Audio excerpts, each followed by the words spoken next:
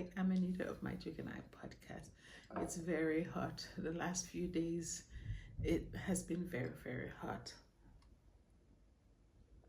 But the question I want to ask you all here is what is going on in England? I saw a headline from The Sun and it said there's a squatter at 10 Downing Street. I mean, Boris Johnson, he has not read the room. Homeboy have not realized that 40 members of his party has resigned, yet Boris Johnson is holding on for dear life.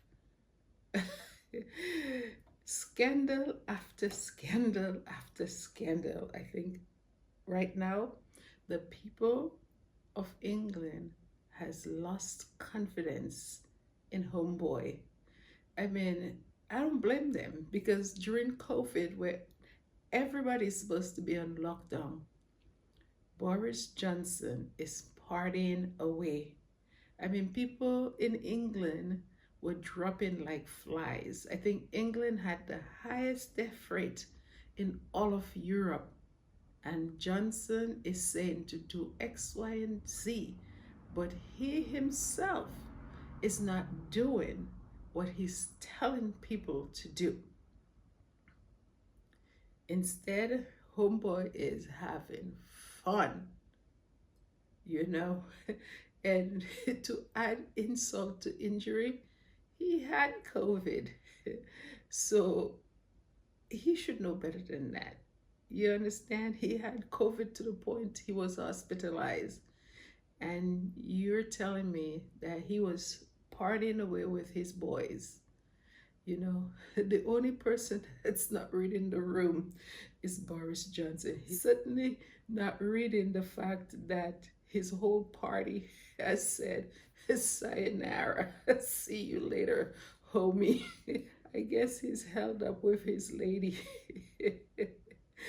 in 10 Downing Street. The people of England, they've had enough. One scandal after another. Now they're saying that his wife, Carrie, before they got married, she was his side chick.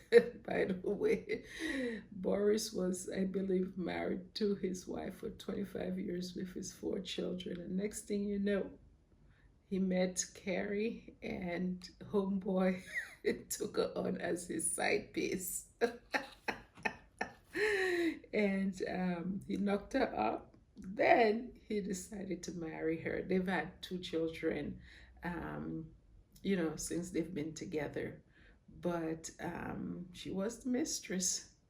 And they said that he has about 8 children, 4 of his wife and 2 of Carrie. And I don't know who the other 2 parents or parent is. But what I'm seeing from Boris Johnson is that he's really messy. And he got to go, but he's not reading the room. The poor thing. Anyways, England is a hot mess right now. If it's not politics, it's the royal family. They just came out with the spending for 21-22 for the royal family, and it was a whopper. It certainly was. I mean, Boris was partying, but he certainly didn't cost taxpayers $124 million, and I'm talking about US dollars. I converted it because I live in the US and I feel like that's where most of the people who are watching this is from. So $124 million,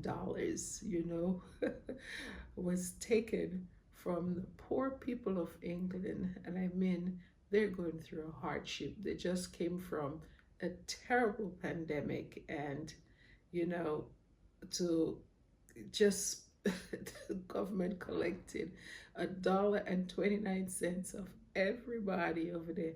and turned it over to the royal family. And they spent $124 million. 29 million of it went to that jubilee, that so-called celebration that they had. And then Kate and Wilnut, Cannot and Wilnut, they went on that failed tour, spending $268,000 on that failed relic tour, where all they got was, "We're moving on. Why are you here? We're moving on." But anyway, it was nice to see that they were told in their face, the people, and then didn't go behind their backs. They told them directly in their face that they were moving on. And others just said, "Don't come here. We don't want you here." The protest started before they even got there. So that was a $278,000 wasted. Now, Mr. Prince Charles now took a, I don't know if it was a helicopter ride, whatever ride it was, to go to a premiere of, I believe it was a James Bond movie. And that cost, I think, $38,000. An irrelevant James Bond movie costing the taxpayers $38,000. Meanwhile, a whole bunch of people are lying in the streets of England homeless. It is just ridiculous how these people are getting away with what they're doing. And meanwhile, I think I read there was a survey where 10 million people in England only have $100 in their bank account. And if anything was to happen to them, they wouldn't know what to do next because they only have $100 in their bank account. Now, not only did he take that trip to see that James, or at the, to go to the premiere of that James Bond movie, but he also took another trip to Barbados to see that Barbados become a republic. I mean, these people told you, "We're moving on. We're going to separate ourselves from the monarchy," and you're still spending 200 and some odd dollars to go and tell them, and to just to go there and see them tell you bye-bye. These people, they don't get it. I don't know what time of day these people are on. They just don't get it. They just don't get it. They don't read the room. They don't. I don't know what they're leading with. It's something else. But anyways, so the spending just went on and on and on. And all the scandal with Prince Charles, all the money that he's been collecting over the years from all these Saudi businessmen and politicians have finally caught up with him. I don't know who is singing in the palace, but somebody's definitely singing like a canary in the palace. They're giving out all the goods. It could well be Prince Andrew. They kicked him out of royal duties, and he said, "What? Payback." So he's licking all that dirt on them.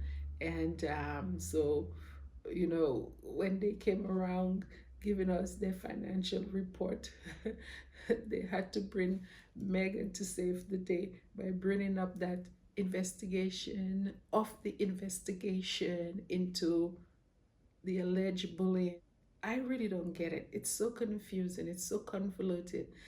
They said they were investigating the investigation of the alleged bullying of palace staff by Meghan. So they're investigating the investigation. Only in England, you have those things happening. So anyway, they talked about how they're gonna bury it. They're not gonna publish it. Not even the people and them that were involved with it is going to know about it. Meghan is not gonna know about it. But guess what? I don't think it's over. I think at the end of the day, we're definitely gonna hear what is in that report. And if there was no report at all, or if there was no investigation at all, we're gonna find out. There's the one thing I could say for sure about this palace is that they know how to put their foot in their mouth. They definitely do. And then to deflect from all the scandal and the drama with that royal family, they decide to take poor Archie and say how Prince Charles had such an emotional meeting with Archie. Prince Charles had an emotional meeting with Archie. Prince Charles doesn't love anybody but himself and his pocket. Okay? This man sat there and let Harry and Meghan go through such a hell in England. Not one time did he put out a statement, defending his child and his daughter-in-law and his grandbaby. So I don't think that Prince Charles give a whoop to do about Archie, you know. So all of what they're saying was nothing more than to deflect or to um, have people look at, oh, that meeting, as opposed to the fact that he's, stowing bags of money at his office, and all the money that they spent during 21-22 during the lockdown. And to add insult to injury, or I wouldn't even say add insult to injury, I would say if you cannot beat them, join them. So what Prince Charles did was hired a chief editor at the Daily Mail. And get this, the Daily Mail is the same publication that Meghan sued and won her case against when they printed that letter that she had written to her father. So they hired him and made him chief of their media division. So I guess Prince Charles knows that there's a lot more to come out on the horizon, because whoever is singing up in the palace like a canary is definitely going to continue singing. So he definitely wants somebody that's used to drama, that's used to the media, used to spreading tales, to come on his team to sort of combat whatever that is ahead. So go figure with that. You know, we saw a picture that was posted of Archie, and I could not post that picture because I think that the reason why Meghan and Harry left the UK, is because of the invasion of their privacy. And, somebody took that picture. Harry and Meghan, they've guarded Archie for a long time. And for people to invade their privacy and take pictures of Archie and put it out there in the public is just rude, cruel, and it's just unforgivable. So I couldn't post it.